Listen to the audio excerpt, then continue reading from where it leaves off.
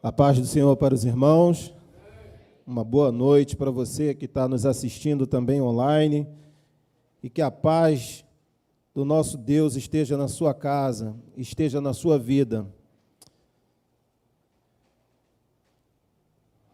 Eu quero convidar esses irmãos, os amigos ouvintes, a abrirem suas Bíblias em Romanos, no capítulo 1.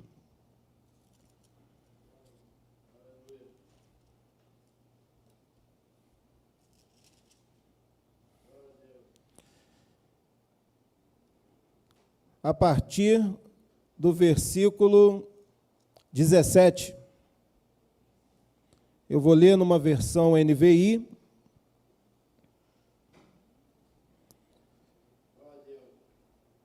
E também está aqui na nossa tela, na mesma versão. Vou aproveitar aqui porque os meus olhos estão ficando cansados e as letras, não sei por que, estão sumindo às vezes. Não sei por quê, né, pastor? E diz assim: porque no Evangelho é revelada a justiça de Deus, uma justiça que do princípio ao fim é pela fé, como está escrito, o justo viverá pela fé.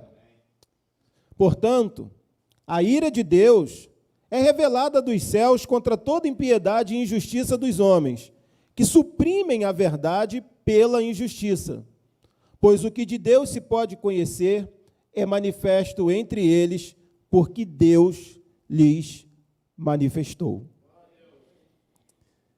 Hoje pela manhã, eu estava ouvindo o rádio, e eu não vou dar o nome por quem eu ouvi, mas foi um médico, e ele falou uma coisa que eu não sabia, assim, eu não tinha esse entendimento, e ele disse assim,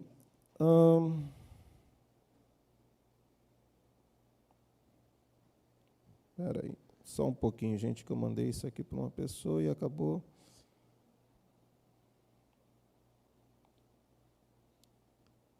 Ele disse o seguinte: a função do médico é curar, às vezes, aliviar frequentemente e confortar sempre. Então, é uma função tripartida, né? Ele tenta primeiro curar, mas para curar a pessoa precisa estar doente. E se ele não consegue a cura, o objetivo dele é amenizar a dor. E se ele não consegue amenizar a dor, então ele parte apenas para o conforto. Mas, de fato, esse nosso mundo, ele não está um mundo normal, né? Já há muito tempo. Nós, como cristãos, nós temos uma ideia disso. O Papa, ele disse, obviamente, estava aí naquela questão alguma coisa mundial do meio ambiente, mas isso foi no dia 5 de junho. O Papa Francisco afirmou que ninguém pode ser saudável em um mundo doente. E quando eu olhei para essas questões, eu me lembrei de um poeta que nós tivemos aqui no Brasil, e que ele, em uma de suas músicas, ele escreveu assim: mas nos deram espelhos, e vimos um mundo doente. Quem me dera, ao menos uma vez, entender como um só Deus ao mesmo tempo é três. Isso aqui é uma dúvida dele. E esse mesmo Deus foi morto por vocês, e sua maldade, então, deixaram Deus tão triste. A gente está vivendo um período de Covid, né? E a Covid, ela é um mal natural. Assim como terremoto, maremoto, tsunami, furacões. Isso são males que a gente não pode dizer que foi provocado por A e B, por atitude A ou B. Isso são males que vêm sobre a vida do homem. Mas o homem, ele tem também o mal moral. E qual é o mal moral? Bom, o mal moral foi como o pastor disse aqui. Tivemos hoje 25 mortos. Ali dentro tem várias pessoas envolvidas, tem inocente, tem culpado, enfim, tem de tudo. Mas esse é o mal moral. Eu fiz uma relação aqui, crimes praticados e que estavam caindo. Estupro, furto de veículos, homicídio doloso, lesão corporal seguida de morte, roubo à instituição financeira, roubo de carga, roubo de veículos, roubo com morte. E se eu for estender essa lista, eu não vou parar. E onde, talvez, você que está lendo vai... Mas qual é a conexão com o texto? A conexão com o texto ela é muito simples. Paulo, ele está escrevendo essa carta aos romanos. Ele não fundou essa igreja, e ele começa a dizer, e ele está escrevendo para crentes, e nessa igreja haviam judeus e haviam gregos, que para o povo judeu, todos que não são da sua religião judaizante, ou que não são nascidos lá, eles são considerados gentios. Então, não tem outros povos, só há dois. Ou você é judeu, ou você é gentio. E Paulo está escrevendo para uma igreja mista, que tem judeu e que também tem gentio. E ele começa dizendo, olha, eu estou feliz com a fé de vocês, eu queria estar aí junto de vocês, para eu poder dividir um pouquinho, para eu poder comunicar algum tipo de dom espiritual com vocês, e vai caminhando um pouquinho mais, de repente ele chega e diz, olha, eu não me envergonho do Evangelho. Por que eu não me envergonho do Evangelho? Porque diante de um mundo doente, existe uma solução. Porque o Evangelho, ele é o poder de Deus. Mas ele continua. Ele poderia ter parado por ali. Mas ele continua e, de repente, ele diz, mas olha, a ira de Deus, ela também é manifesta. E é aqui que eu quero trabalhar, em cima desse texto, junto com vocês. Parem para pensar, eu falei sobre doença. Doença requer buscar uma solução, é no médico, no remédio, na ciência. Mas a questão é que quando eu paro para olhar o mundo, e quando eu paro para olhar a humanidade, como ela lida uns com os outros, a gente identifica qual médico vai curar esse tipo de doença. A quem a gente pode recorrer? Se eu quebro o pé, eu tenho um ortopedista. Se eu estou com um problema no coração, eu tenho um cardiologista. Eu posso precisar de um neurologista. E por aí, todos os istas que tem. Mas quando a gente coloca sobre o mal moral, qual o médico que pode cuidar de nós? E Paulo, ele vai começar a discorrer nessa carta o porquê que a gente vive num mundo como esse. Primeira coisa, ele vai dizer assim, ó, a ira de Deus é revelada dos céus contra toda impiedade. Então, não é contra as coisas boas, mas contra toda impiedade e injustiças dos homens que suprimem a verdade pela injustiça. Então, existe uma verdade e esse homem prefere suprimir, ele prefere reter, ele prefere guardar essa verdade longe porque ele prefere a injustiça. Esse é o texto. Não é o Alex que está inventando, o Alex apenas está comunicando o texto e colocando numa sequência lógica. E se a gente continua lendo esse mesmo texto, ele vai dizer, pois o que de Deus se pode conhecer é manifesto entre eles, porque Deus lhe manifestou. Pois desde a criação do mundo, os atributos invisíveis de Deus, seu eterno poder, a sua natureza divina, têm sido visto claramente, sendo compreendido por meio das coisas criadas, de forma que tais homens são indesculpáveis.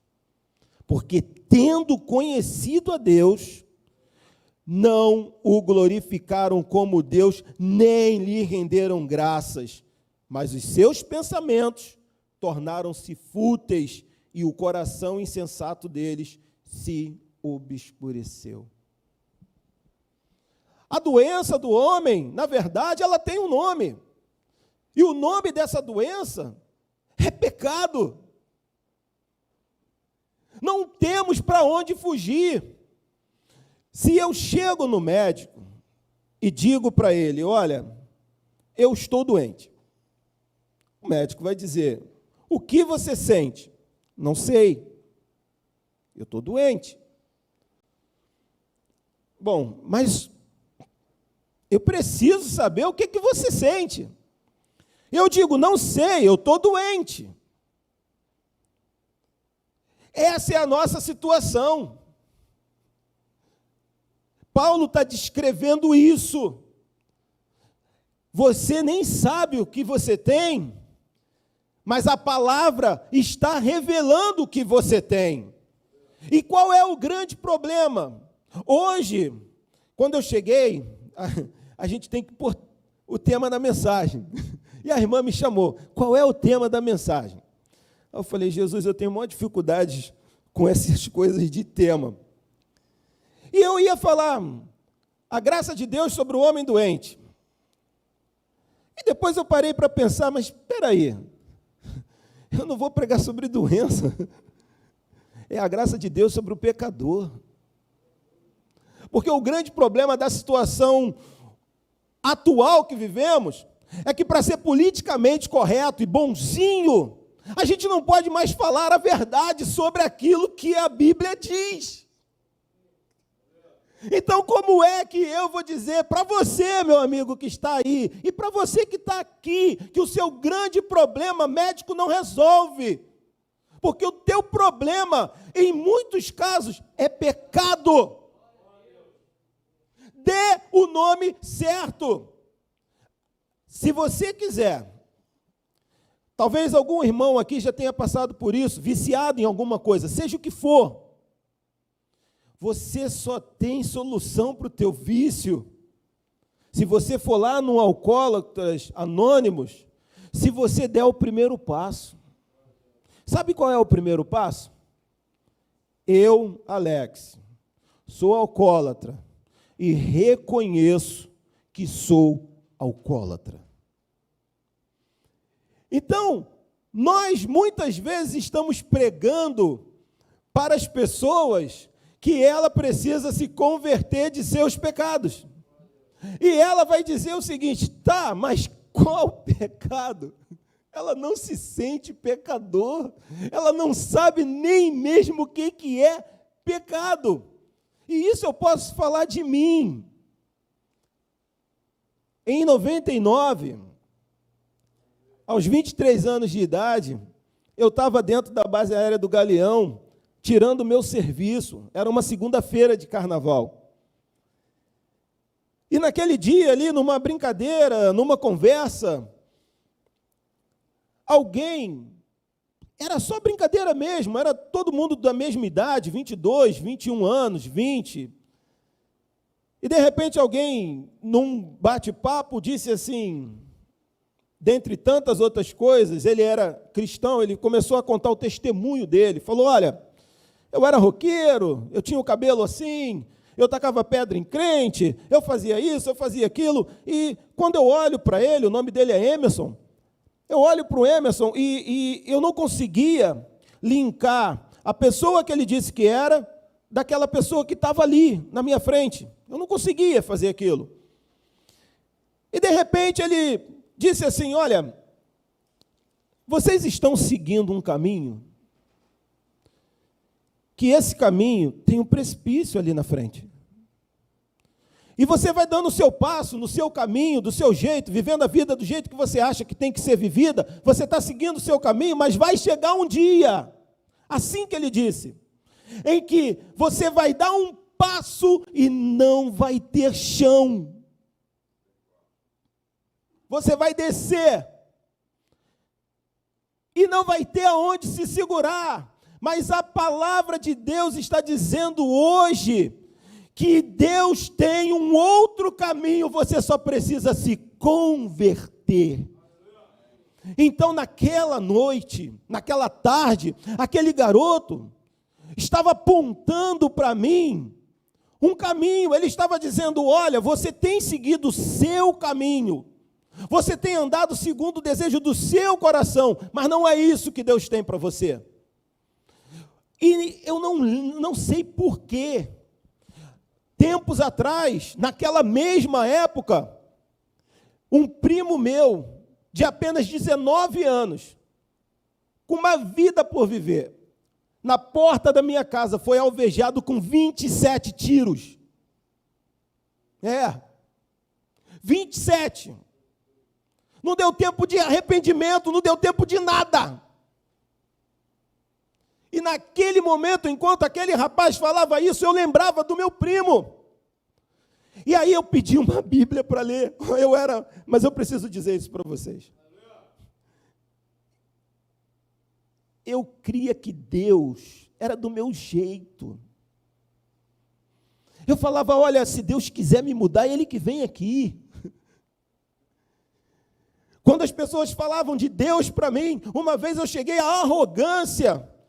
Houve um terremoto em El Salvador que teve 25 mil mortos, um desses mal naturais que eu disse. E sabe o que eu fiz? Eu falei para aquelas pessoas: olha, se seu Deus é bom, por que Ele deixa pessoas boas morrerem? Será que lá em El Salvador não tinha crente? Esse era eu. E fora outras coisas que eu acho que não convém aqui, porque o foco não sou eu, mas o meu pecado. E ali, naquele dia, naquela tarde, quando eu subo com esta palavra, para começar a ler, eu abro no Evangelho de Lucas, e quando eu começo a desfolhar, e assim, eu preciso dizer a vocês, eu nunca tinha conseguido ler a Bíblia, nunca. Eu começo a desfolhar, e foram 2 horas ininterruptas lendo a Bíblia. E de repente, como um espelho, ela começou a revelar quem é que estava lendo aquela Bíblia. Fornicador, ladrão, adúltero, blasfemo. Todas as leis de Deus eu havia quebrado. E Deus estava na sua graça, dando nome ao meu problema, à minha doença. Ele estava dizendo: tu está distante de mim. Mas era graça, é amor. Nessa noite, quando eu leio isso, e talvez na intensidade da minha fala, na minha forma, não julgue a forma como eu falo, mas julgue aquilo que você está ouvindo.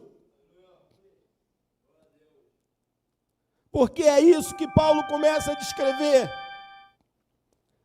Aquilo que eu estou lendo para você, o Senhor falava comigo. Versículo 26. Por causa disso, Deus os entregou a paixões vergonhosas. Por quê?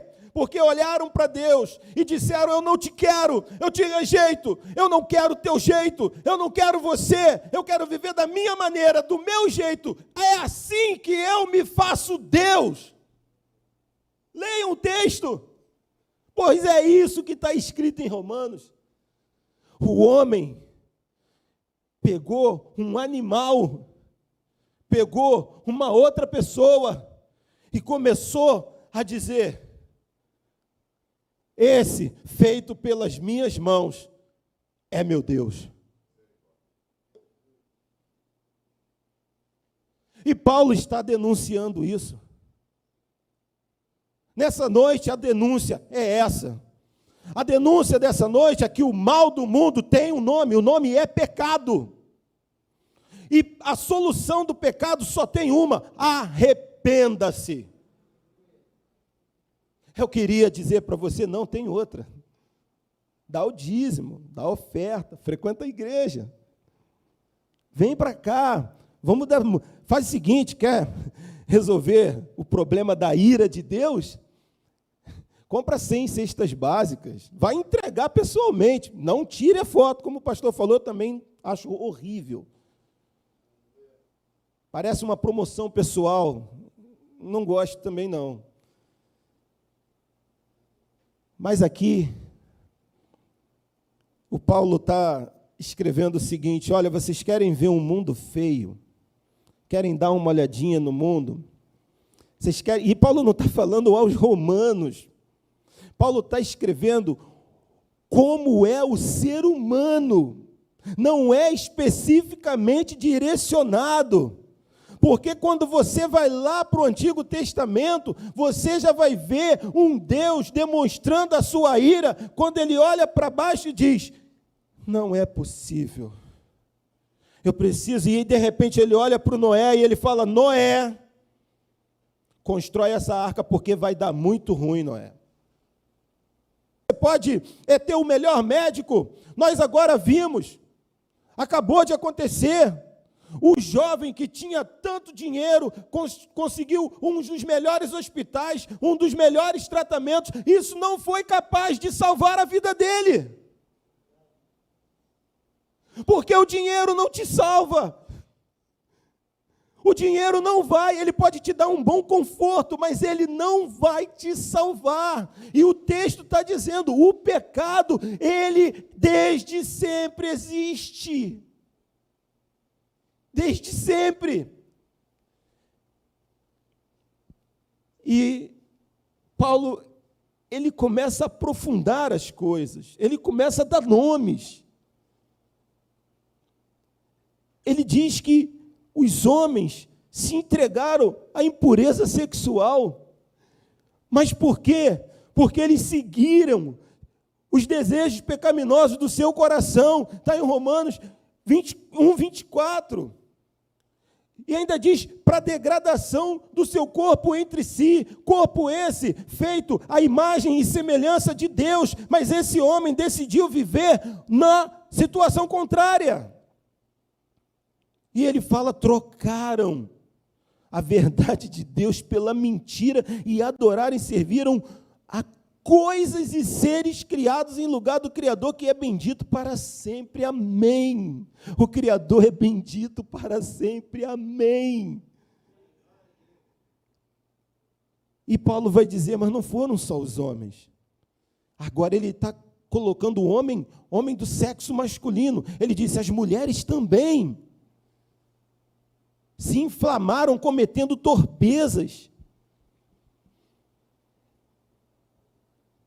E lá embaixo, no 28, é que ele vai dizer, além do mais, visto que desprezaram o conhecimento de Deus, ele, Deus, os entregou uma disposição mental reprovável para praticarem o que não deviam. Olha isso aqui, meus irmãos. Tornaram-se cheios de toda sorte de injustiça, maldade, ganância e depravação. Estão cheios de inveja, homicídio, rivalidades, engano e malícia. São bisbilhoteiros, caluniadores, inimigos de Deus, insolentes, arrogantes e presunçosos, inventam maneiras de praticar o mal, desobedecem a seus pais.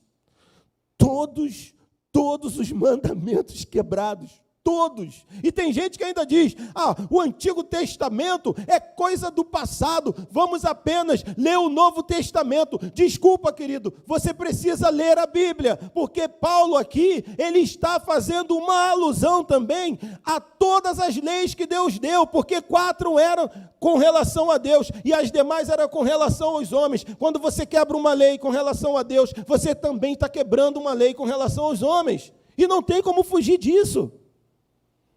E ele continua, são insensatos, desleais, sem amor pela família, implacáveis, embora conheçam o justo decreto de Deus, de que as pessoas que praticam tais coisas merecem a morte, não somente continuam a praticá-las, mas também aprovam aqueles que as praticam. Veja se não é assim a nossa sociedade. Não somente praticam, como dizem, eu concordo, ele está certo, ela está certa, é isso mesmo. Há mais de 2000 anos está escrito esse texto. E parece que o Paulo estava assistindo o jornal de hoje de manhã e mandou essa carta para a gente.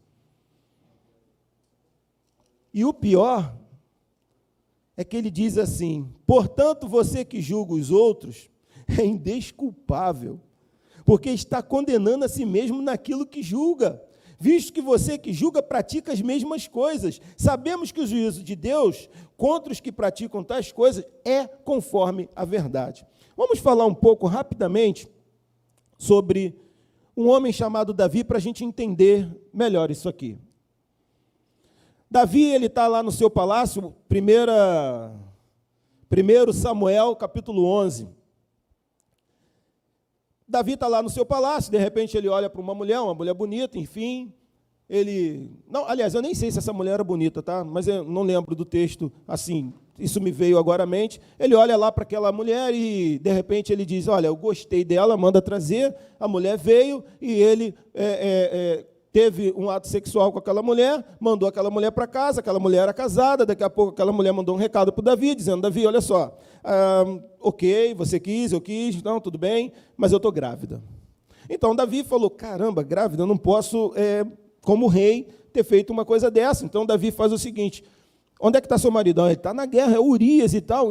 Tá. E o Urias, tá, era um homem fiel ao Davi. E Davi manda chamar Urias vem até Davi, e quando chega lá, Davi, assim, com um coração muito bacana. Eu quero dizer isso para vocês, porque eu estou dizendo aquele que julga, e eu vou chegar lá. Mas eu preciso que vocês sejam honestos, se essa história vai afetar o coração de vocês, vai deixar vocês tristes ou não. Então Davi, ele chama esse homem, começa a falar, e aí, Urias, como é que você está? Pô, estou bem, Davi, graças a Deus, só que aquela guerra lá é pesada, eu quero ir para lá, eu preciso voltar, os homens estão lá, e de repente, Davi vai dizer que nada, fica aí, vamos tomar um copinho, vamos tomar um vinho gostoso, traz um conhaque também, colocou ali, e aquele homem disse, não, eu não estou afim de beber, não dá para beber hoje, não, só um pouquinho, e, enfim, Davi embebeda daquele homem, diz para aquele homem, vai para casa, dorme com a sua mulher, e fica tranquilo, mas aquele homem, no seu coração, diz, não, eu não posso ir, os outros homens estão na guerra, não é justo. Isso é um coração íntegro, não é justo. E ele dorme na porta de Davi. Davi, então, chama aquele homem, tenta persuadi-lo a ir dormir com a sua mulher. Ele diz, eu não posso, os homens estão na guerra, eu não vou fazer isso. Davi falou, não tem jeito. Escreve uma carta e olha o teor dessa carta. Querido Joabe, estou enviando a você o Urias, faz uma gentileza para mim, quando tiver num ponto muito complicado da guerra, coloca o Urias lá e corre. Eu fico pensando Joabe ouvindo isso, né? Lendo isso, caramba, é uma sentença de morte. Quem está levando a carta é o próprio Urias. E, dito e feito, esse homem vai até a guerra, e quando chega lá, é do tipo assim, atacar, e quando só ele vai, todo mundo recua, e o cara morreu. Geralmente, quando eu falo dessa passagem, nosso foco está no adultério de Davi, né? Eu sempre fico com o assassinato, porque eu sempre penso, é tão grave quanto, na verdade, para mim é muito mais grave. Mas agora, cá entre nós aqui, quando a gente ouve uma coisa dessa, sinceramente, qual é o nosso juízo sobre a vida do Davi? Sem vergonha, safado, e por aí vai, concorda? Eu sei que é isso, porque de fato é. Eu não estou aqui para dizer que ele está correto, não. Agora, vamos olhar que relação tem essa história com esse texto, o justo juízo de Deus. Portanto, você que julga os outros é indesculpável. Pois bem, Davi está lá, o tempo está passando, ele tomou a mulher, trouxe para casa, a barriga está crescendo, e o garoto já está nascendo, e ele falou assim, bom, Eu estou fazendo uns salmos aqui, bacana.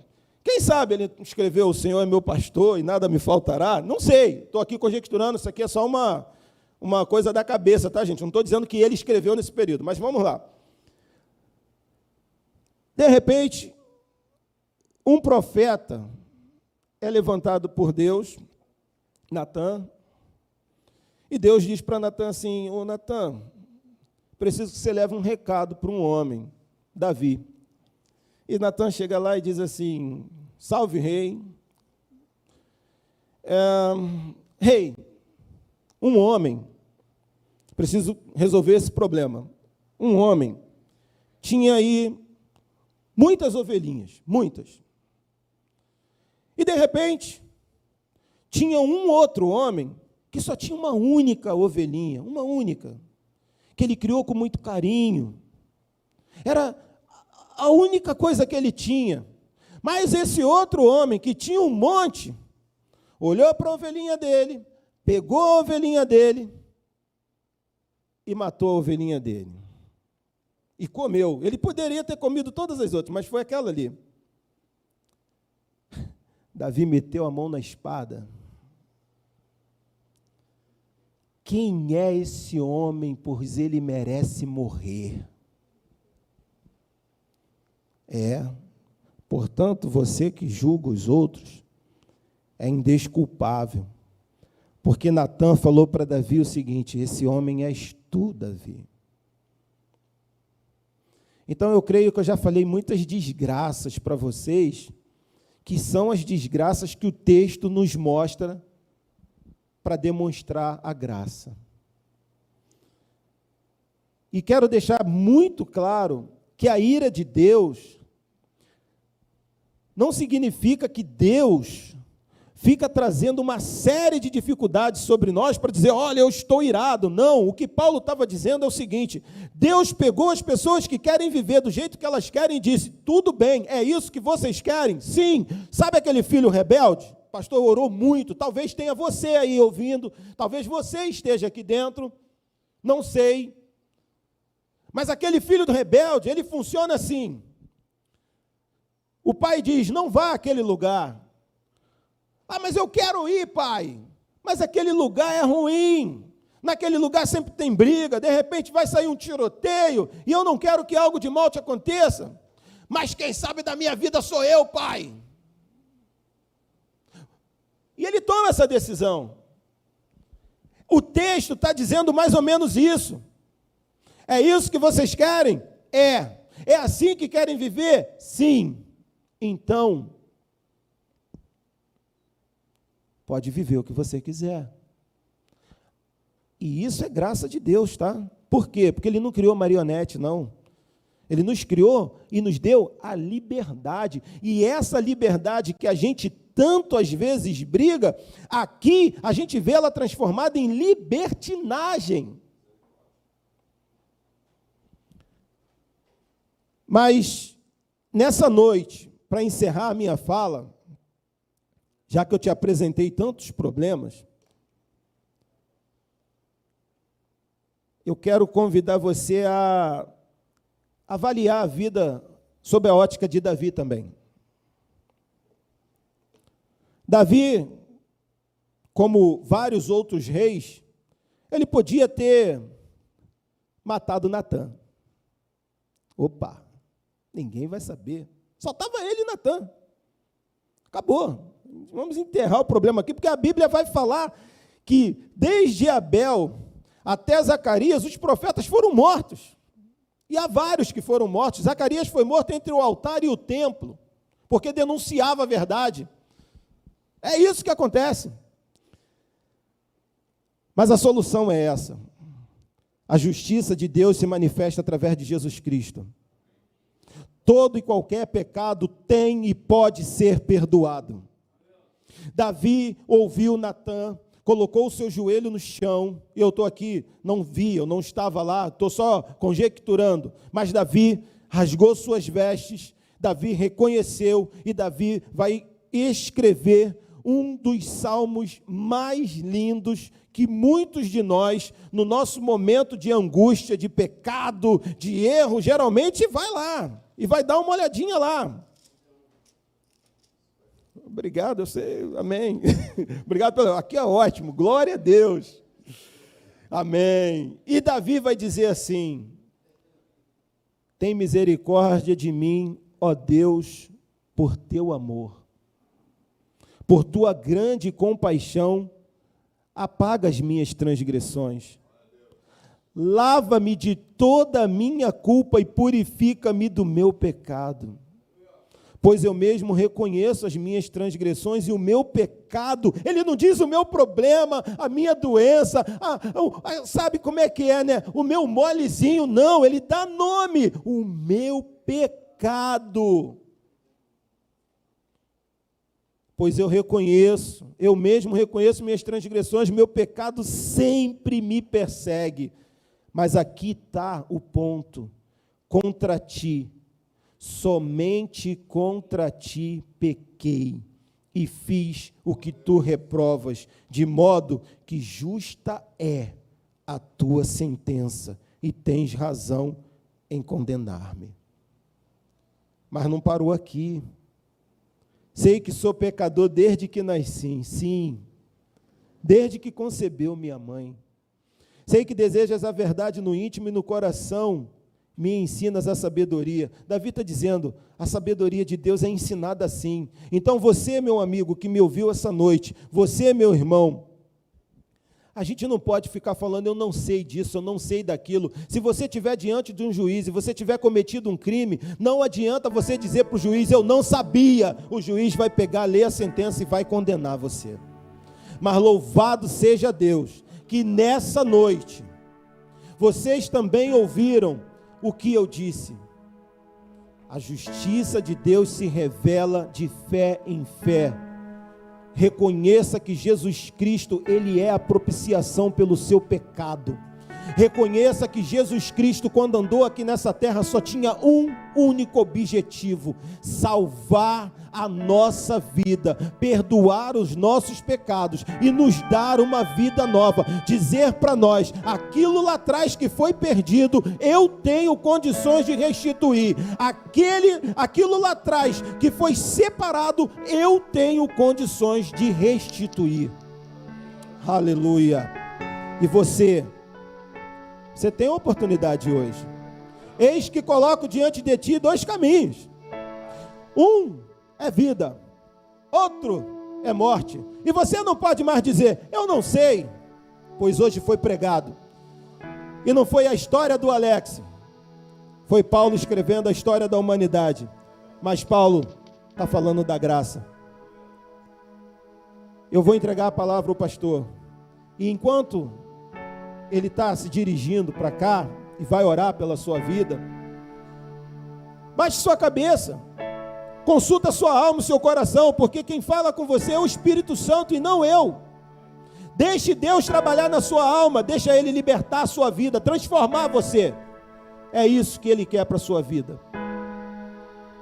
E assim, eu agradeço essa oportunidade rica de compartilhar com os irmãos como esse jovem arrogante foi salvo. Foi dessa forma.